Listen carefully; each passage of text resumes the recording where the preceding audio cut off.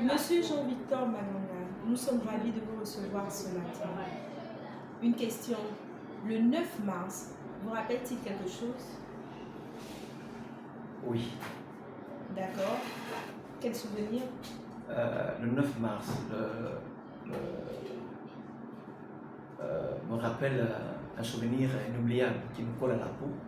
C'est le naufrage de Esther Miracle. Esther Miracle. Aujourd'hui, nous sommes à 1 an de cet événement qui a marqué toute la nation gabonaise. Est-ce que vous pouvez nous donner plus de détails sur ce que vous avez vécu?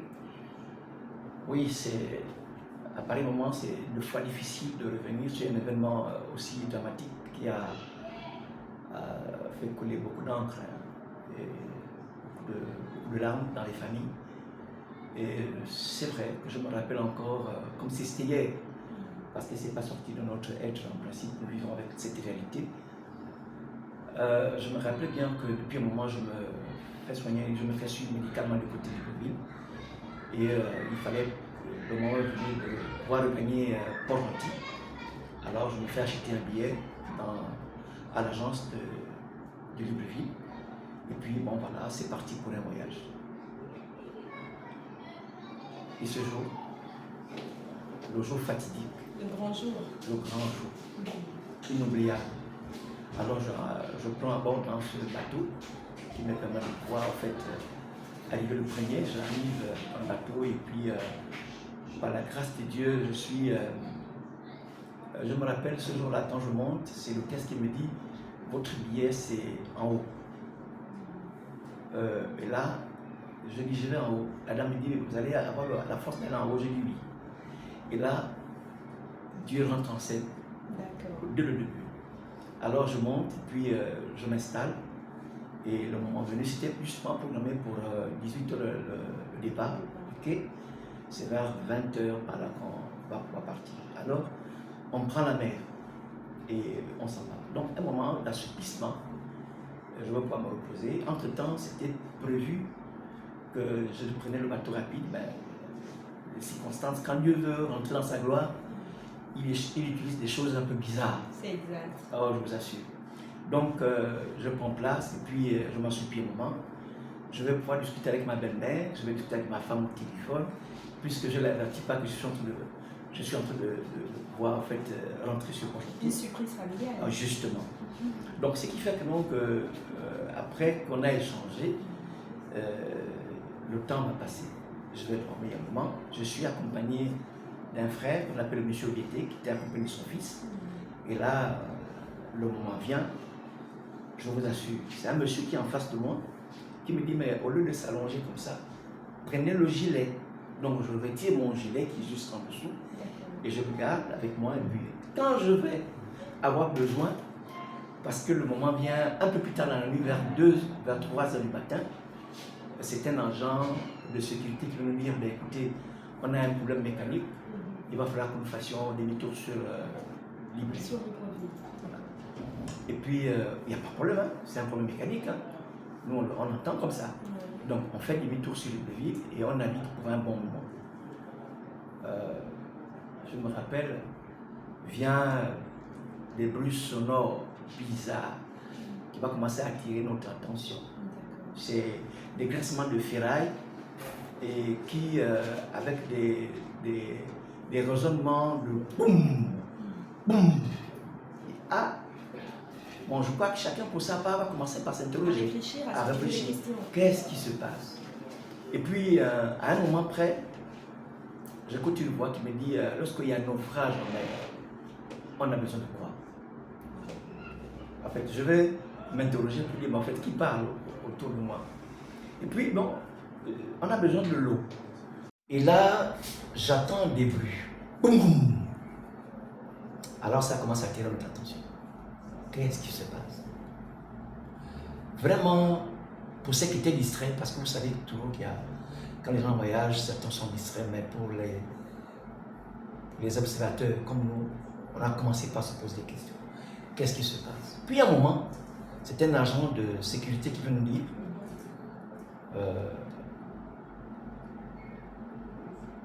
portez les gilets. Ce fameux gilet que vous avez gardé. Effectivement. Donc le monsieur m'avait dit de le prendre déjà. Alors je prends mon gilet et je le porte convenablement. Je vous assure. Et là on attend. Puis le temps passe. Au bout de, on pourrait dire 7 à 8 minutes, le monsieur revient, mais avec une tonalité bizarre. La première voix, la première intervention, elle est souple. Et puis la deuxième semble une voix qui tâtonne, qui nous transmet la peur. Manque d'assurance dans sa voix. Je vous assure que c'est compliqué. Et là, il nous dit quittez du côté gauche, allez-y du côté droit. Non, quittez du côté droit, allez-y du côté gauche pour tenter de faire basculer le bateau. C'est pas possible. Des êtres humains comme nous, un mastodonte qui porte des camions, des containers, c'est pas possible. Mais comme nous sommes face à une obéissance, alors il va falloir obéir. Donc, moi je me lève. C'est à ce moment, quand je prends mes cannes, parce que je signale que je suis un handicapé, donc je prends mes cannes, c'est à ce moment quand je me lève que je sens que mon corps penche vers l'arrière. Je vous assure que là où c'était plat, quand je suis rentré, il y avait maintenant, en fait c'est une montagne, il va falloir gravir. Alors par la grâce et par la force, on commence à monter, à affronter en fait cette réalité-là. Et par la grâce de Dieu, Dieu faisant face, donc je m'assois juste à côté de la porte. Et là je suis assis, je me rappelle qu'il y avait des mamans assises à même le sol où on n'arrivait plus à, en fait on n'était plus assis convenablement sur les chaises parce qu'on penchait comme ça vers l'avant. Les moments qui suivent, le monsieur veut nous dire que non, que tout le monde dehors par ici. C'est la phrase que je retiens. Et là, je lâche mes cannes. Puis je ne sais pas, juste au moment où je vous parle, un an après, comment je fais pour me retrouver dehors avec toute la panique, tout ce qui était autour de cette catastrophe. Alors je descends, je me retrouve dehors, juste légèrement au-dessus de l'hélice du bateau. L'eau Titanic, je vous assure. Et là, j'ai le réflexe de faire quoi? De prendre mon téléphone et d'appeler mon beau-frère, Martial, le petit frère de ma femme, pour lui dire que non, il y a naufrage en mer. Je me rappelle aussi, j'appelle un frère, Blaise Ngontonga, pour lui dire qu'il y a naufrage en mer. Et c'est à cet instant même que je prends mon téléphone pour faire signe à ma femme que je suis dans le bateau d'Esternia. Je prends mon téléphone, je le mets dans la poche, et puis j'attends les instructions. Un moment après, les enfants d'abord. Puis un moment après, les enfants d'abord. J'ai quelque chose qui me dit descendre. Alors je commence à descendre parce que le bateau, il a piqué vers l'avant, complètement comme le Titanic. Et donc on est légèrement vers le haut et penché dans le sens droit, du côté droit.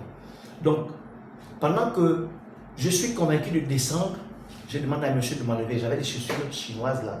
Donc on m'enlève les chaussures, et puis automatiquement, je fais quoi? Je descends, puis je descends. Il y a quelque chose d'extraordinaire qui va se passer.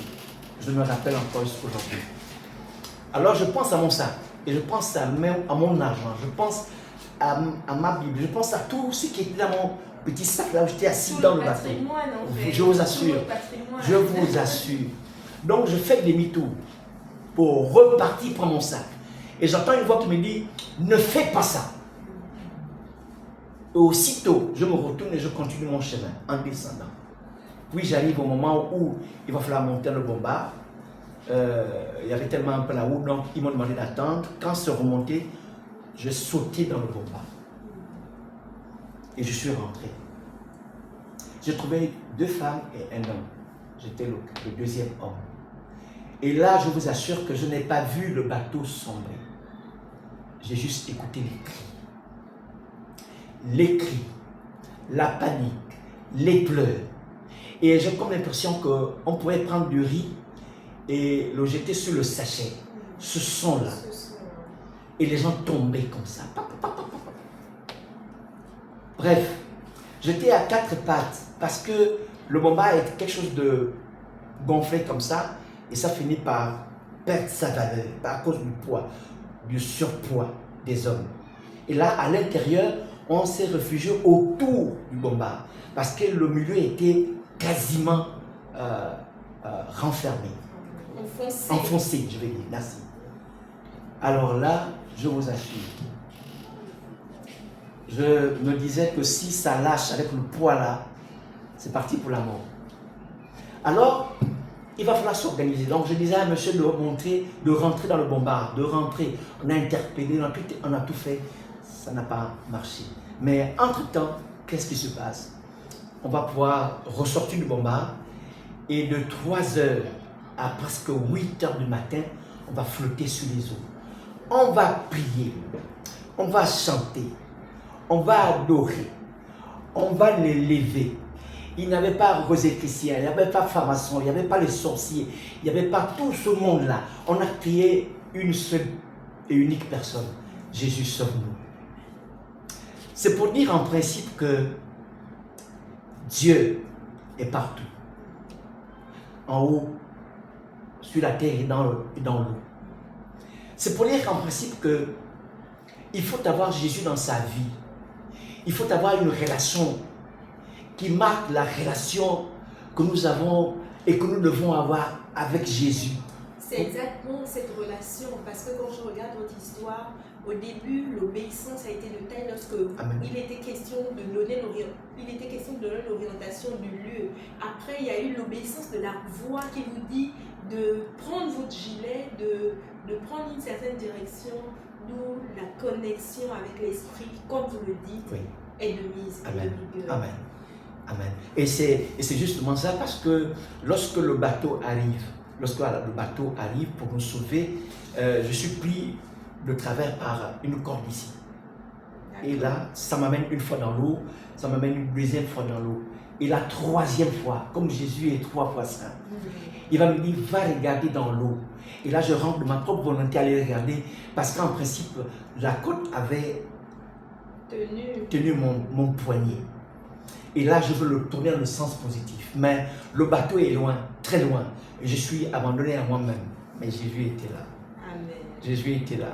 Et 2 minutes après, c'est là on a vu le bateau de la Marine nationale arriver nous prendre. C'est pour conclure. C'est pour davantage nous encourager à avoir une relation étroite avec le Seigneur. Parce qu'il n'abandonne personne. Il dit que dans le psaume 23, verset 4, il dit, si tu traverses par l'ombre de la mort, il dit, ne crains pas. Jésus reste fidèle, il est avec nous. Donc, au détriment de tout ce que nous pouvons traverser dans la vie, restons attachés au Seigneur. Parce qu'il est le chemin, la vérité et la vie. Oui, restons attachés au Seigneur, car si vous êtes là aujourd'hui, ce n'est pas un mérite au détriment de ceux qui sont partis, mais c'est la grâce et sa faveur. Que cette grâce continue de vous conduire. Amen. Une pensée pour ceux qui sont restés dans les eaux. On n'était pas meilleurs, on n'est pas meilleurs. Oui, c'est une partie triste, difficile. On avait voulu être avec eux ensemble pour ces 1 an, mais ils ne sont pas là. Et nous pensons à eux. Nous pensons et nous penserons à eux. Que Dieu vous bénisse. Merci. Excellente journée à vous. Bonne journée à vous.